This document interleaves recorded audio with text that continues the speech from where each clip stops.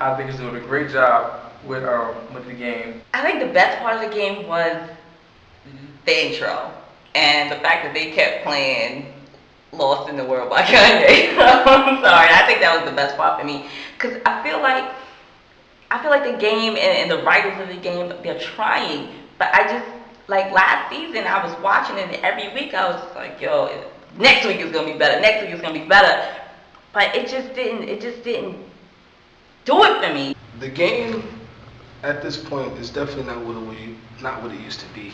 It's definitely dragged out and extra and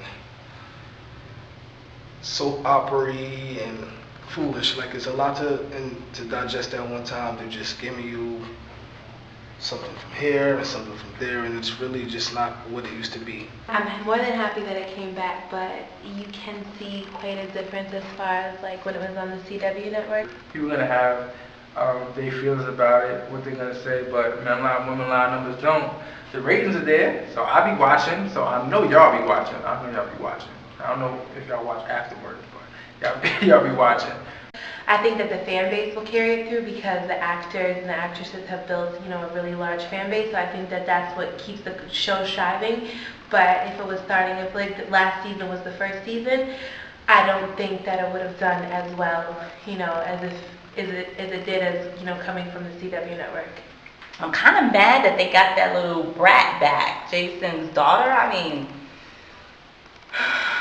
hopefully she won't bug me like she did last season. And then they lost a white girl. That was very important. Kelly, this was her name.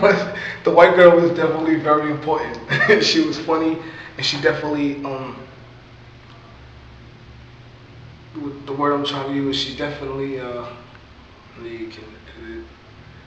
she definitely,